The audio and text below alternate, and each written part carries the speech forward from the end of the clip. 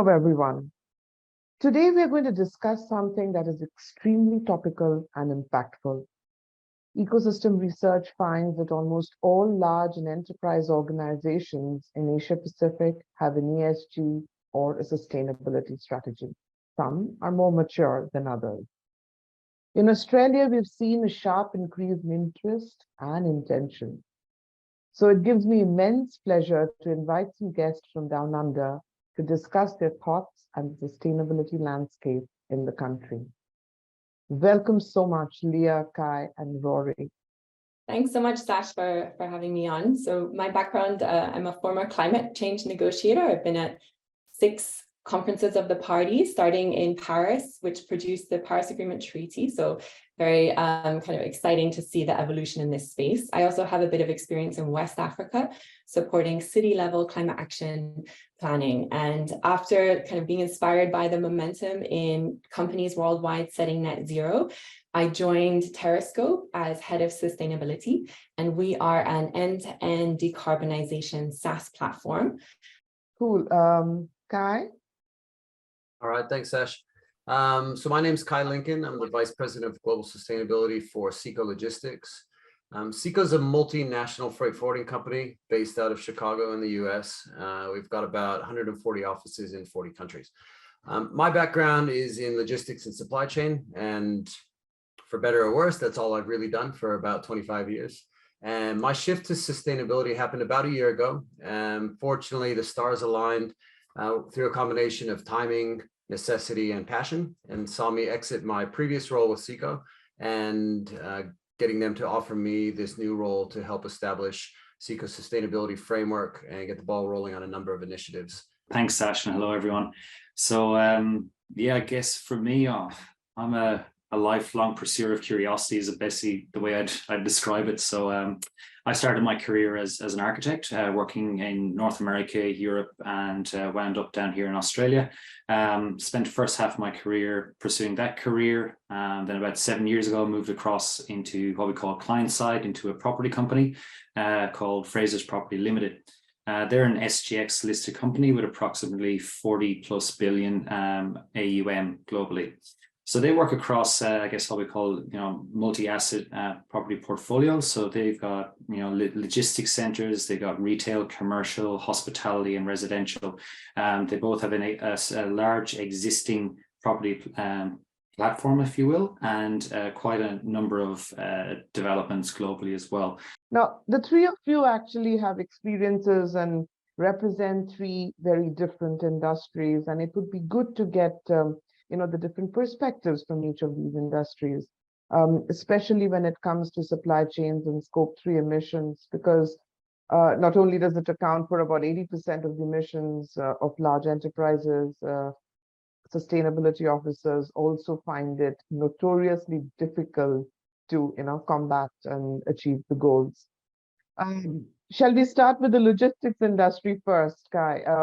Where is the industry at, and where do you see it headed? Yeah, sure. So I guess I would describe it with 3 main points. So the first one is around big ambitions, and that's probably across the board with every industry, obviously. But what we do are mainly scope 3 emissions. Unless you are an ocean freight carrier that owns your own vessels or an airline that owns your own planes, most of us are simply trying to manage the movement of these goods, and we're trying to do it through, we're trying to manage our reductions through influence. So big ambitions is one thing. To be able to make wholesale change simply through influencing is a challenge. There's obviously an issue with emerging innovations and issues of scale. So there's some biofuels on the market and alternative energy sources on the market for moving vessels, moving vehicles, but to do that at scale is challenging. So there's not enough of the biofuels. There's not the infrastructure required, especially in Australia, to electrify delivery fleets for the distances that vehicles often have to travel. So that's a challenge. And then it's trying to create that collective effort. And this is a good thing, but it is a challenge, trying to create a collective effort of what can we do right now while science and innovation are doing their thing and trying to catch up. So are the things that actually are within our direct control, are the things that we can do in partnership with these vessel owners or airplane owners or truck owners to get them to move faster or, in that direction. I think that's the challenge with supply chain is we know it's a huge emitter. We know it's a huge challenge. We don't have the answer yet. No, and that's precisely why we're having this conversation here today, right? So, come to some kind of commonality on how it can be handled. Lia, what about the agriculture industry? You've been working a lot with the agriculture industry. So, any insights from there? If we look at the latest guidance from the Science Based Targets Initiative, which is kind of the gold standard for how you set your targets with a carbon budget aligned with 1.5 and kind of measure progress against those targets. There's new guidance on the forestry, land use and agriculture sector, which is called FLAG. And this is really important because we have this moonshot challenge of getting to half emissions by 2030 in the context of high economic growth. And the agricultural sector is responsible for a third of global emissions. So big piece of the global supply chain puzzle. So in this FLAG guidance from the Science Based Targets Initiative, companies now need to set two separate targets. So they need to separate out their energy and industrial emissions from their forestry and land use emissions and set two different targets for that. This opportunity is because removals in the land use sector through, for example, regenerative agriculture, which sequesters carbon in the soil, more trees on farm, actually counts as removals to those targets, but you can't count it to industrial targets. So there's this new guidance with this opportunity to start looking at removals within the value chain. And there's also a kind of zero deforestation by 2025 embedded in that FLAG target. What's also kind of very significant is that companies with 20% of their emissions coming from FLAG across scope 1, 2, and 3 must set a FLAG target according to the SBTi guidance. And actually consumers or downstream actors who might not think of themselves as FLAG companies are going to find out, because that 20% threshold across the supply chain is pretty low. So it means a lot of companies will be applied. So for example, apparel companies may be sourcing leather, cotton, and other natural fibers. And so upstream, that could hit the 20% threshold and set FLAG targets. Also construction and real estate. So kind of talking about Rory's sector. So timber-based building products could bring companies over that threshold. So forestry and land use is applying to much more companies.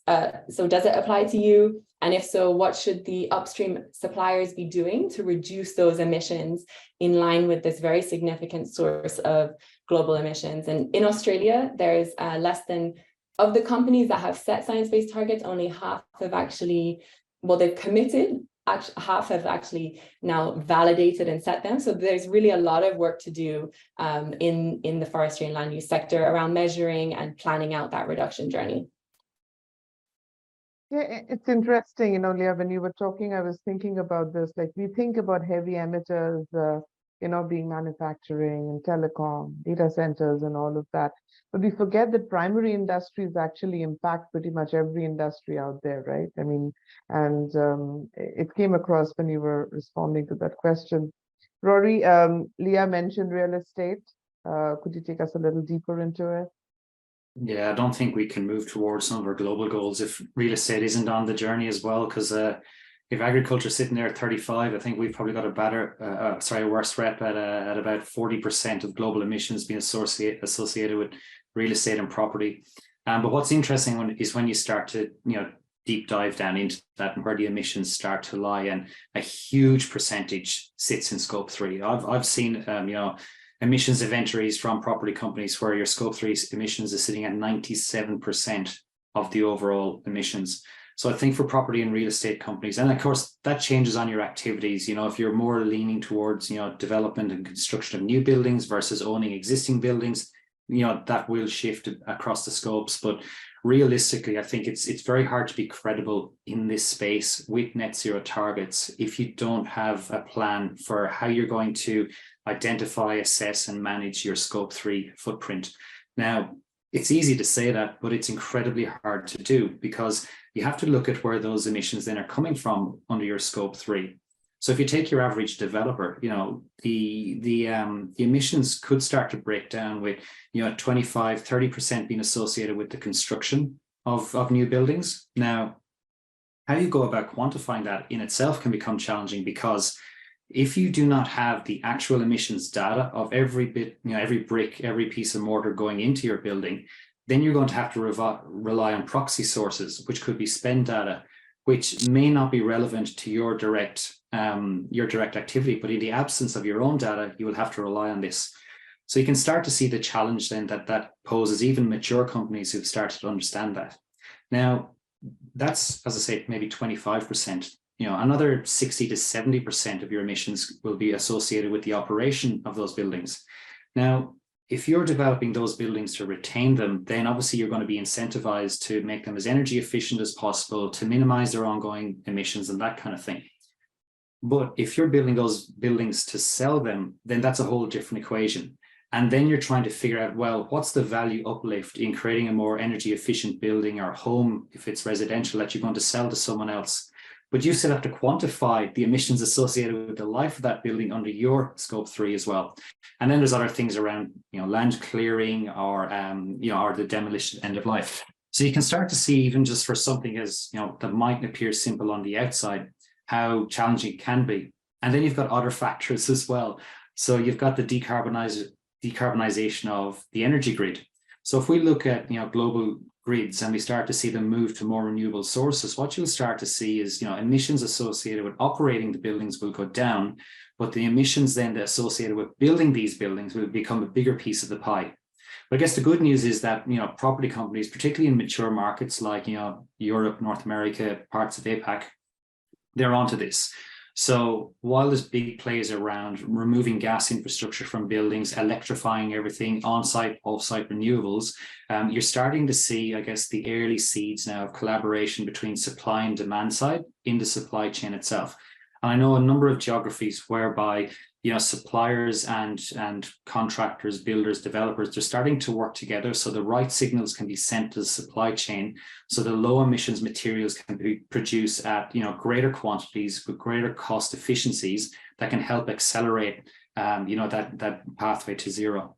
When we talk to sustainability officers, and anybody who's responsible, who has got a sustainability mandate within an organization, we hear of micro level challenges as well.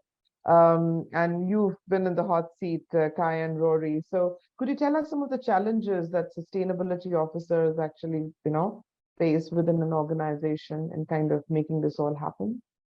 Sure, I'm happy to kick off there. So a good friend of mine who's been in this space, probably even longer than me, he reckons that his superpower is being able to read minds, because he feels that internally he has to be able to read his stakeholders' minds to be able to make any progress. I probably don't possess that power, but I think one thing that's really important in these kind of roles is the ability to connect dots. We have to be able to speak multiple languages so that we can take something that can be quite intangible, but make it relevant and material to those who are in, CFO roles, they're in procurement roles, they're in legal and risk roles, because for action to happen, it has to become real, it has to become tangible. So what I find, first of all, is that when you can get to a place where the conversation starts with a question of value, i.e., what's the value of doing that? What's the value of that investment, versus the almost dumbed down version is what's the cost? I think if you can start with value and you can articulate that in a way that aligns with your stakeholders or resonates with your stakeholders, then you at least have commonality to go forward. But before you can do that, you almost have to get into their shoes, and you have to spend time understanding, their challenges and what it is they're trying to do. And I know one of my own personal examples was when I moved from being an architect and on the consulting side into client side, one of the teams I spent the most amount of time with in the first year or so was just the marketing team, just understanding what it is that they're trying to connect to with our customers and how they might position something like sustainability. And I found that, by completely reframing the conversation of sustainability around quality, still talking about the same things around energy efficiency and longevity and all these kind of things that are synonymous with sustainability, but simply reframing it around quality resonated more so with our customers at the time. This was 7 years ago, which then got the buy-in from the marketing team and a whole host of other internal teams who could rally around this. So I think, for anyone in these kind of roles or looking to be involved in these roles, it is understanding your key stakeholders, drivers, and trying to align, what it is you're doing with their value. I like that concept of, a value-based discussion. Guy, you're all ready to answer. Yeah, so spot on, firstly. So I was given a presentation last October in the US, and I knew that within the audience there were some climate skeptics, we'll just call them that. And so, in terms of aligning with stakeholders, I think that's an incredibly valid point. And the point that I made to them on that, in terms of, speaking their language, was, look, there's a number of reasons why you can get on the train and go through this journey with us. And hopefully it's because you care. Some might be because you're a hiker and you're super passionate about this, whatever the reason being. And for a lot of these guys, the reason, maybe it's just commercial. And the fact of the matter is, a lot of the clients that the logistics industry serves these days also have their own targets and their own reduction goals. And if you're not on board with this program, then you're going to start missing out on opportunities. And the message that I gave in terms of trying to be relevant to those stakeholders was, if the only reason that you're getting on board with sustainability for now is because you don't want to miss out on opportunities and bids and RFPs, I'm actually fine with that right now, because you still got to get on board. Once you're on the plane or the train with us or the bus, whatever vehicle that you want to be on metaphorically, then we can bring you along for the ride, and hopefully you start to get there and you start to see that we're actually trying to do good things. So I love that analogy. Sorry for the tangent. I think the other challenges, I mentioned the lack of available alternatives. That is an issue in supply chain right now, and that impacts, we're talking about scope 3 for the real estate industry, the agricultural industry. We just, across the board on these big emission topics, really don't have immediately available scalable alternatives. So that's a problem. Within our industry, we service consumable goods, largely disposable consumable goods in a lot of cases. And the shift over the last 50 years basically removed localized manufacturing and has transferred manufacturing to low-cost countries in mass. While that's been good for the price tag of goods on shelves, it does now mean that we are forced to ship the majority of things we're buying across the world to get it to the shelf that it needs to be on. So that is a big challenge. And I know that COVID, probably more than sustainability, drove some conversations and action around, near sourcing and local manufacturing, things like that. So I think, fortunately, there's been a number of factors that have appeared recently where companies are looking at the way that their supply chain and their manufacturing within their supply chain operates, and that could have changed in the future. But the biggest challenge that we are seeing globally within logistics is this conflict of the materialistic world and the consumer-based world that we live in, and the constant demand for growth versus, do we really need it? Do we need to be manufacturing these things? And so, Lia, and I'm going to start with you, especially from your policy making hat. So on the collective action piece, really important. And I think, well, first of all, I think the go-to response was looking at carbon credits and offsetting in companies broadly. And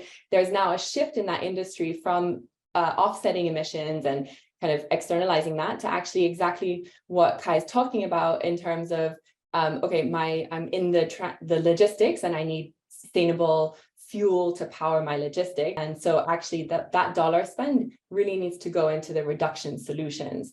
And how do we make some of these system-wide transformations? I think I like to think about it with different circles. So the first circle is really the internal circle. So our clients in Terrascope are multinational corporations with global offices and complicated kind of organizational charts. And so getting your own house in order. So moving from just data collection to actually internal organization, alignment and empowerment. The next circle is that supply chain. It's upstream and downstream supply chain. 97% of emissions coming from the supply chain is tremendous. And so there have been some, having the data to now engage the suppliers is a really powerful factor, going and saying, 20% of my emissions are coming from you. I've seen these trends in the sector, and this is what I'm looking at as a business. So having that data empowered engagement. And then finally, that other outer concentric circle is investors, regulators, consumers. So that investors are actually pricing in climate transition risk. Some investors have 3 strikes policy and you're out, maybe more expensive capital in the future.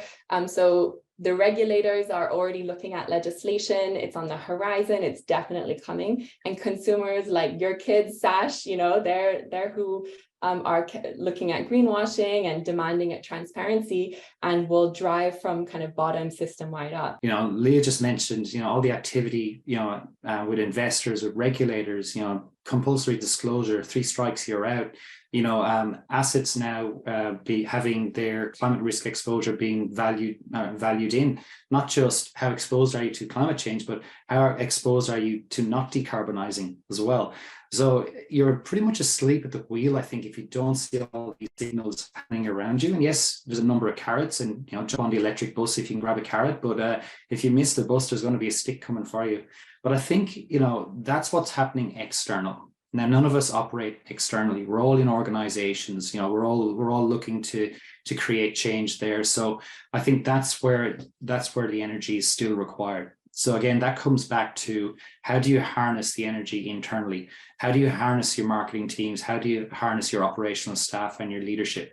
How do you take these initiatives? And as I said earlier, how do you ensure that it becomes a holistic endeavor internally? So that means that, the person leading investment has to understand what ESG or sustainability or carbon or whatever means to them when they make the call. It means that, the team leading risk understand, what are the risks, both direct and indirect, that are happening as a result of internal operations and sustainability and external factors. And all this information then, through good governance, has to flow through the correct internal bodies using the right systems, so that, the C-suite, the board, have oversight and can perform their fiduciary duty. So these are all the little bits and pieces that need to start coming together for the collective action to happen internally as well. But I think what you're seeing is you're starting to see that maturity. One thing I find very interesting is, this concept of a sustainability professional. I think I personally don't think they exist as something that's standalone, because some of the best sustainability professionals I've seen, they're accountants, they're lawyers, they're marketers, they're people who have actually come from a discipline, and either through curiosity or passion, or actually just making commercial sense, they have become the champions, and they're the ones now that are helping to accelerate this holistic change. Data forms a huge part of this whole, achievement of sustainability ambitions. And Rory said something about proxy data. Yeah, like not having all the real data that you need, and sometimes the need for proxy data. Now, let's be realistic. It's not possible. Like today, if you want all the data, you may not have access to that, right? But you need sustainability action today. The urgency is from day one, right?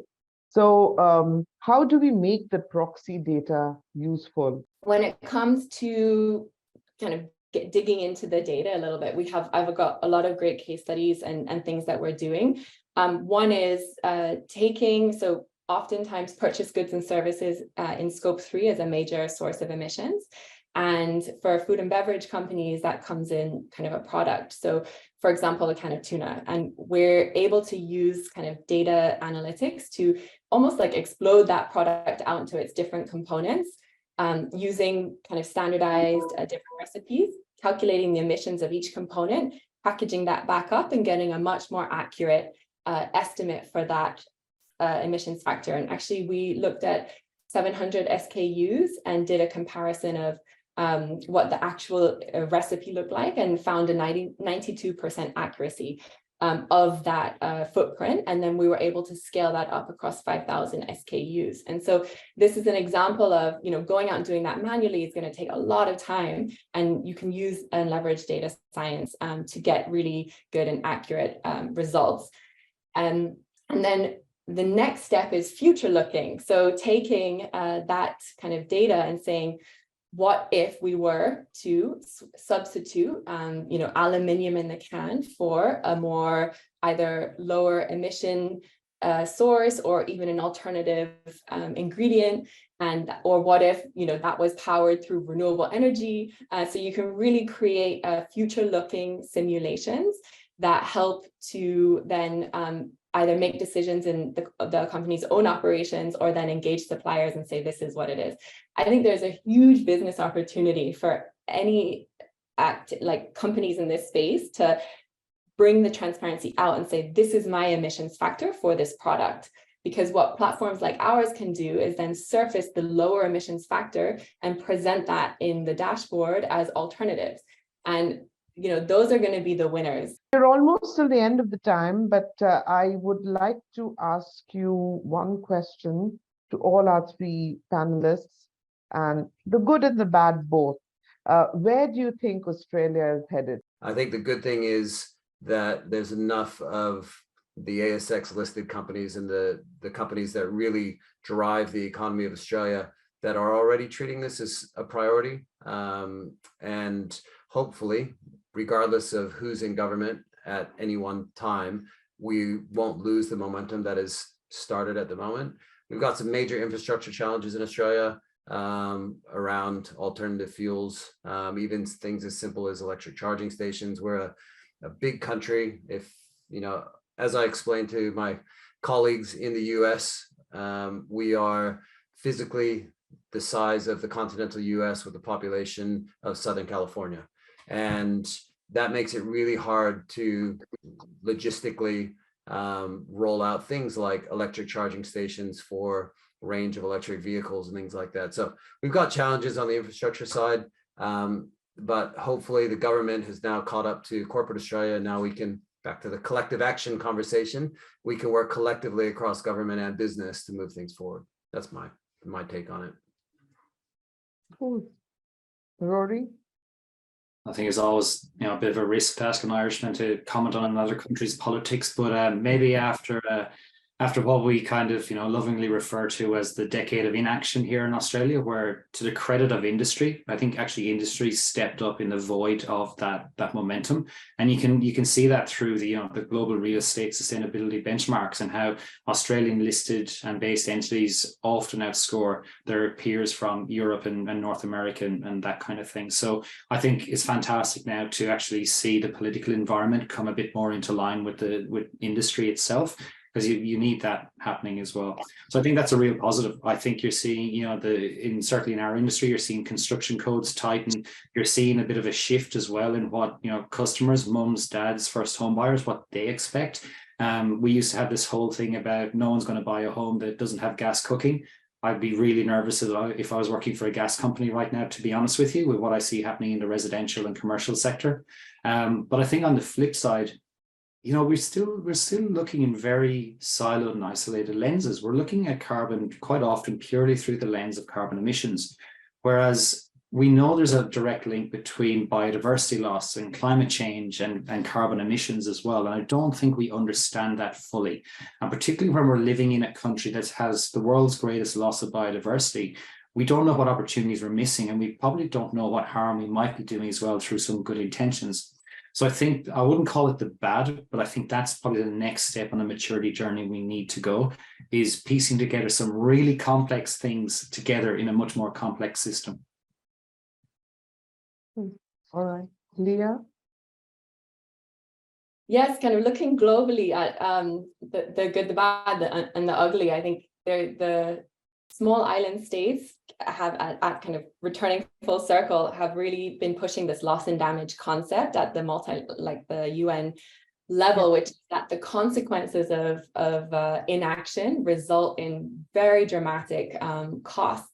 And that's why, you know, there's been this big focus on the international opinion to the International Court of Justice and loss and damage and who's responsible. So the cost of inaction are tremendous, and the international community is putting a lot of pressure on countries.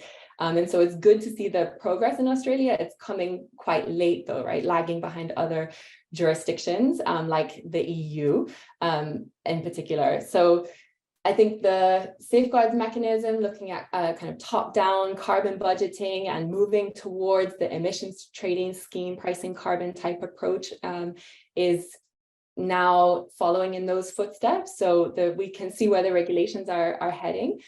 There's also the Treasury's paper out on mandatory climate disclosures for large companies, which is very likely to include scope 3, so that will affect kind of cross supply chains.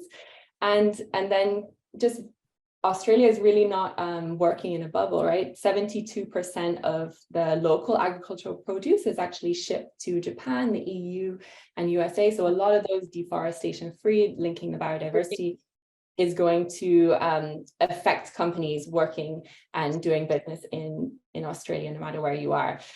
So the tide is coming. I think we can expect regulations that pricing carbon much more, that have much greater transparency, more focus on scope 3 and supply chain to get to that net zero journey and kind of align with a lot of those global trends.